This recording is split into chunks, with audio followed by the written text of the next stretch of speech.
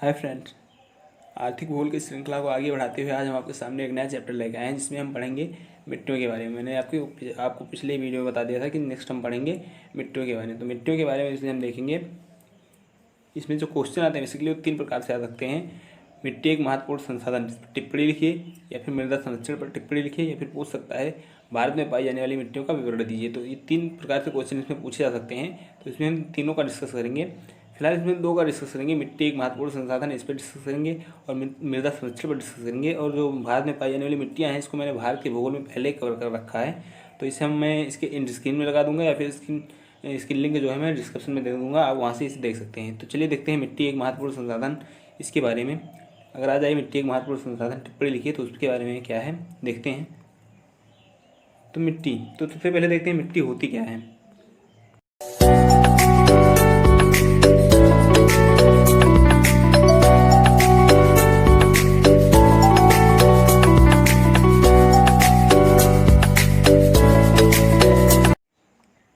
तो देखते हैं मिट्टी क्या होती है। तो धरातल की वह ऊपरी परत जिसमें वनस्पति उगाने की क्षमता हो, जिसमें विभिन्न जैविक एवं खनिजों का सम्मिश्रण हो, मिट्टी कहलाती है। मतलब धरातल की वह ऊपरी परत जिसमें क्या हो, वनस्पतियां उगाने की क्षमता हो, यानी पेड़ पौधे उगाने की क्षमता हो, और जैविक और खनिजों का सम्मिश्रण हो, मतलब उसमें कुछ जीवांश और खनिज पाए जाते हों, सम्मिश्रण पाए जाते हों, उसको उसी को मिट्टी कहते हैं। यह मिट्टी क्या होती है, बेसिकली चट्टानों से निर्मित होती है, इसी को कहते हैं मिट्टी कहते हैं। मिट्टी की परत कुछ सेंटीमीटर से लेकर 1 या 2 मीटर तक गहरी होती है। मतलब जो मुख्य हमारी मिट्टी होती है जिसमें हमारे खनिज पदार्थ पाए जाते हैं, जो उपजाऊ मिट्टी होती है, वो क्या होती है, कुछ सेंटीमीटर से लेकर 1 या 2 मीटर तक गहरी होती है। जैसा कि आप यहाँ पर देख पा रहे होंगे, ये फिगर आप देख पा रहे होंगे। इस फिगर में आप यहाँ पर देख पा रहे होंगे कि ये जो देख रहे हैं आप, मिट्टी की क्या है, लेयर्स हैं, परत हैं, मिट्टी की परतें हैं। तो इसमें जो मुख्य परत है हमारी ऊपर, जिसमें हम मतलब कृषि कर सकते हैं, जिसमें हम क्या करते हैं, कह सकते हैं वनस्पतियाँ उगा सकते हैं, वो हमारी ऊपरी परत जो मुख्य आप यहाँ देख पा रहे हैं, ऑर्गेनिक, यानी ये वाली ऑर्गेनिक लेयर, वही हमारी मुख्य मिट्टी है। यानी ये लेयर जो आप देख पा रहे हैं, यही हमारी मुख्य मिट्टी है। तो इसी में क्या होता है, वनस्पतियाँ उगाने की क्षमता होती है, बाकी सारी मिट्टियों में नहीं। तो आगे देखते हैं हम। मिट्टी की इस पतली परत से संसार की समस्त जनसंख्या को भोजन प्राप्त होता है। मतलब इसी पतली परत से, यानी कुछ सेंटीमीटर से लेकर 1 या 2 मीटर तक की जो पतली परत होती है, इसी से समस्त संसार की क्या होती है, जनसंख्या का पोषण होता है, यानी भोजन प्राप्त होता है उन्हें। कृषि एवं पशुपालन दोनों ही मिट्टी संसाधन पर आधारित होते हैं। मतलब जब मिट्टी नहीं होगी तो कृषि कहाँ से करेंगे, जब कृषि नहीं करेंगे तो पशुओं को चारा कहाँ से देंगे, पशुओं को खिलाएंगे कहाँ से। तो इस प्रकार कह सकते हैं कृषि एवं पशुपालन जो दोनों हैं वो मिट्टी पर ही आधारित होते हैं। अब हम देखते हैं मिट्टी की उपयोगिता या महत्व। क्वेश्चन आ सकता है कि मिट्टी की उपयोगिता या महत्व पर टिप्पणी लिखिए। तो मिट्टी की उपयोगिता देखें हैं। तो सॉरी दोस्तों, मेरी तबीयत अभी ज़्यादा अच्छे से सही नहीं हुई है, इसलिए मैं रात में वीडियो नहीं शूट कर पा रहा हूँ, इसलिए मैं दिन में वीडियो शूट कर रहा हूँ। तो पीछे बैकग्राउंड नॉइज़ आ रही होगी तो उसको इग्नोर कीजिएगा। तो चलिए देखते हैं मिट्टी की उपयोगिता। तो आज से लगभग 10,000 वर्ष पूर्व ही मानव ने कृषि करना सीख लिया था। मतलब आज से नहीं, में लगभग 10,000 पहले ही मानव ने क्या, कृषि करना सीख लिया था। परंतु प्राचीन युगों में से इस बात की जानकारी नहीं थी किस प्रकार की मिट्टी में कौन सी फसल उगाना चाहिए। जैसे आज जानकारी प्राप्त है कि काली मिट्टी में कपास की खेती अच्छा होती है, और जलोढ़ मिट्टी में धान गेहूँ इसकी कृषि अच्छी होती है। लेकिन पहले क्या थी, ये जानकारी प्राप्त नहीं थी। मतलब ये नहीं पता था कि किस मिट्टी में कौन सी फसल उगाना चाहिए, इसकी जानकारी पहले प्राप्त नहीं थी। मतलब खेती तो 10,000 वर्ष पहले ही करना स्टार्ट कर दिया था मानव ने, लेकिन इस बात की जानकारी नहीं थी कि किस मिट्टी में कौन सी फसल लगाने से अच्छी पैदावार होगी। आगे देखते हैं। उन युगों में जनसंख्या कम थी। मतलब उन दिनों क्या थी, जनसंख्या कम थी, तो भूमि की अधिकता थी, क्योंकि जब जनसंख्या कम रहेगी तो भूमि की अधिकता होगी ही, बेसिक सी बात है, आपको पता होगा।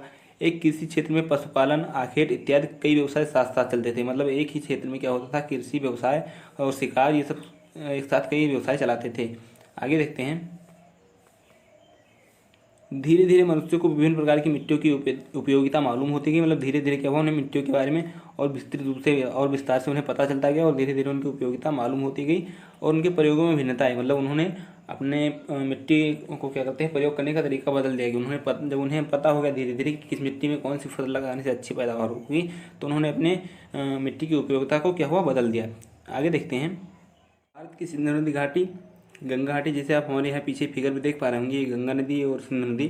तो इसकी घाटी में इसी प्रकार चीन में क्या है, एक ह्वांगहो नदी है, और यांगटीसी कियांग नदी है। उसकी घाटियों में मिस्र में हमें पता है नील नदी है, और इराक में हमारी दजला फरात की घाटियाँ हैं। तो इनमें क्या है, लगभग आज से 7 वर्ष पहले ही मिट्टी की उर्वरता के अनुसार विभिन्न प्रकार से उनका उपयोग करना प्रारंभ हो गया था। मतलब उन्हें ये पता चल गया था कि किस में कौन सी मिट्टी अधिक उपजाऊ है, तो कहाँ पर कृषि करनी चाहिए और कहाँ पर कम उपजाऊ मिट्टी है वहाँ पर क्या होता है पशुपालन करना चाहिए। तो ये चीज़ें उन्हें आज से लगभग 7 वर्ष पहले ही पता चल चुकी थी। आगे बात करते हैं, पिछले 3 शताब्दियों से क्या है संसार की जनसंख्या में तेज़ी से वृद्धि हो रही है, मतलब बहुत तेज़ी से जनसंख्या बढ़ रही है। तब क्या है उनका पालन पोषण करने के लिए उनके भोजन के लिए क्या है नए नए किसी तरीकों का उपयोग किया जा रहा है। मतलब नई नई मिट्टियों पर क्या है रिसर्च करके पता लगाया जा रहा है कि किस मिट्टी में कौन सी फसल लगाने से अच्छी पैदावार होगी। तो इस प्रकार क्या है नए नए प्रयोग के द्वारा नए नए अनुभव प्राप्त किए जा रहे हैं। तो आगे देखते हैं मृदा संरक्षण क्या है कि मृदा संरक्षण के बारे में क्वेश्चन आ सकता है मृदा संरक्षण पर संक्षिप्त टिप्पणी लिखिए या फिर मृदा संरक्षण क्या है, कुछ भी क्वेश्चन इसे पूछ सकता है। तो चलिए देखते हैं मृदा संरक्षण आखिर क्या है। तो मिट्टी एक ऐसा संसाधन है जिसका सावधानी से उपयोग किया जाए तो उसे अधिक दिनों तक उपयोगी बनाए रखा जा सकता है। मतलब अगर इसका उपयोग सावधानी से किया जाए, अच्छे से किया जाए तो इसे बहुत अधिक दिनों तक उपयोगी बनाए रखा जा सकता है। मृदा से लंबे समय तक अधिकतम उपयोगिता प्राप्त करने के लिए मतलब क्या है मृदा संरक्षण अति आवश्यक है। मतलब अधिक से अधिक दिनों तक हम इसे उपयोग कर सकें, इसे यूज कर सकें, इसके लिए क्या है मृदा संरक्षण अति आवश्यक है। मृदा संरक्षण का अर्थ मृदा को अपरदित होने से रोकना। अपरदित मतलब अपरदन मतलब आपको पता होगा मिट्टी का कटकर बह जाना, उड़ जाना, ये सब क्या है मृदा अपरदन है। तो इसी को रोकना क्या है मतलब मृदा को अपरदित होने से रोकना, उसकी उर्वरा शक्ति को कम होने से रोकना, मतलब उसमें जो उर्वरा शक्ति है उसे कम ना होने देना और उसकी उत्पादन क्षमता में वृद्धि करना ही मृदा संरक्षण कहलाता है। तो ये चीज़ आप याद रखिएगा। मृदा संरक्षण की बेसिक से परिभाषा है कि मृदा को अपरदित होने से रोकना, उसकी उर्वरा शक्ति को कम होने से रोकना और उसकी उत्पादन क्षमता में वृद्धि करना, यही हमारा क्या है मृदा संरक्षण है। तो मृदा संरक्षण की कुछ विधियाँ होती हैं, आइए उन विधियों को देखते हैं। तो मृदा संरक्षण की मतलब निम्नलिखित विधियाँ हैं, तो उनमें से एक एक के बारे में ये देखते हैं। तो सबसे पहले जो विधि हमारी है वो वृक्षारोपण करना। तो वृक्षारोपण करने से क्या होगा, जैसे हमें पता है कि जो मृदा होती है हमारे मिट्टी को मतलब उसकी जड़ें क्या होती हैं मिट्टी को बांधे रखने का काम करती हैं।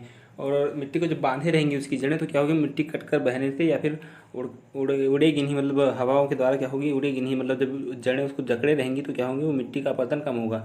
तो पहली विधि तो ये हो गई हमारे वृक्षारोपण करना, मतलब अधिक से अधिक वृक्षारोपण करना चाहिए जिससे क्या हो मृदा संरक्षण मतलब आसानी से किया जा सके। दूसरा है हमारा बांध बनाना। तो बांध बनाकर क्या करते हैं हम जल को रोक देते हैं, मतलब जल को बहने से क्या होते हैं रोक देते हैं। तो जब जब जल बहेगा नहीं तो क्या होगा मिट्टी कटकर नहीं बहेगी, मिट्टी का क्या होगा इससे अपरदन कम होगा। तो दूसरी विधि हो गई है ये बांध बनाना। तीसरा है हमारा खेतों को ठीक प्रकार से मेड़बंदी करना। मतलब खेतों की क्या है ठीक प्रकार से मेड़बंदी करना चाहिए, मतलब अच्छे प्रकार से। ऐसा नहीं कि कहीं पर पानी अधिक हो रहा है, मतलब कहीं पर पानी भरा है और कहीं पर पानी ही नहीं पहुंच रहा है। ऐसी मेड़बंदी करने से क्या होता है भूमि हमारी अनुपजाऊ हो जाती है। मतलब कहीं पर तो बहुत अधिक नमी होगी और कहीं पर क्या होगा सूखे की स्थिति बन जाएगी। तो इस प्रकार खेतों की क्या है ठीक प्रकार से मेड़बंदी करनी चाहिए। ठीक प्रकार से मेड़बंदी करने से क्या होगा उसमें बराबर पानी पहुंचेगा, बराबर खाद पानी की मात्रा हर जगह पहुंचेगी। नेक्स्ट है पहाड़ों पर सीढ़ीनुमा खेत बनाकर।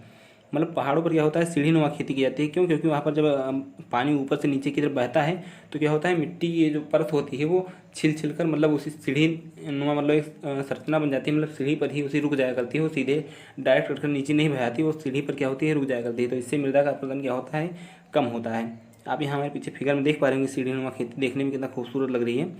नेक्स्ट बात करते हैं पशुचारण पर नियंत्रण। तो पशुचारण पर नियंत्रण मतलब हमें पता है कि क्या होती है मिट्टी की जड़ें मिट्टी की जड़ों को क्या वनस्पतियाँ जो होती हैं वो बांधे रखने का काम करती हैं। मतलब उन्हें क्या होते हैं जकड़े रहती हैं, मिट्टी की जड़ें उन्हें जकड़े रहती हैं। लेकिन जब पशुचारण से क्या होता है उनके खुर से क्या होता है मिट्टी कट जाती है या फिर वो जो घास चरते हैं उससे क्या होती है मृदा वहाँ की क्या होती है अपरदित होने लगती है। मतलब उनके खुर से कट जाती है, खुर उनका पड़ता है तो कट जाती है मृदा, उससे क्या होता है कट मतलब उड़ जाती है मिट्टी या फिर हवा के द्वारा उड़ जाती है, फिर पानी के द्वारा बहने लगती है। और इसी प्रकार वो जो घासें जो पशु को चरते हैं क्या होती हैं वो जड़ों को क्या होती हैं उसके मतलब जड़ें उसकी क्या होती हैं मृदा को बांधे रखने का काम करती है। लेकिन जब वो घास वहाँ से चल ली जाती है तो क्या होता है मृदा वहाँ से अपरदित होने लगती है। तो यही है पशुचारण पर क्या होता है नियंत्रण करना चाहिए। नेक्स्ट है वनोन्मूलन पर नियंत्रण। वनोन्मूलन आप यहाँ हमारे पीछे देख पा रहे होंगे मतलब क्या होता है वनोन्मूलन का मतलब हो गया वनों की अंधाधुंध कटाई, यही हो गया। तो वनों की अंधाधुंध कटाई से क्या होता है वहाँ की मिट्टी क्या होता है अपरदित होना शुरू कर देती है, अपरदित होने लगती है। तो इस पर क्या होता है नियंत्रण रखना चाहिए। मतलब वनों मतलब ज़्यादा नहीं काटना चाहिए, अगर काटे भी तो एक काटे तो 4 पेड़ लगाएं, ऐसा कुछ होना चाहिए, ऐसा सरकार का कुछ नियम होना चाहिए। तो चलिए आगे देखते हैं उर्वरकों और खादों का समुचित प्रयोग। मतलब ऐसा नहीं है कि अधिक से अधिक क्या होता है उत्पादन के लिए अधिक से अधिक खादों का प्रयोग करना चाहिए। खादों का प्रयोग करना चाहिए लेकिन जैसे हरी खाद हो गई हमारी और कंपोस्ट खाद हो गई, देसी खाद हो गई, इन सब के उपयोग पर ज़्यादा ध्यान देना चाहिए, उसका समुचित प्रयोग करना चाहिए। ऐसा नहीं कि अधिक से अधिक खाद डाल दें कि अधिक से अधिक पैदावार हो, ऐसा नहीं करना चाहिए। तो यही सब चीज़ें थी। अधिक से अधिक खाद के प्रयोग से क्या होता है हमारी मिट्टी क्या होती है अनुपजाऊ हो जाती है, धीरे धीरे उसकी उर्वरक शक्ति कम हो जाती है।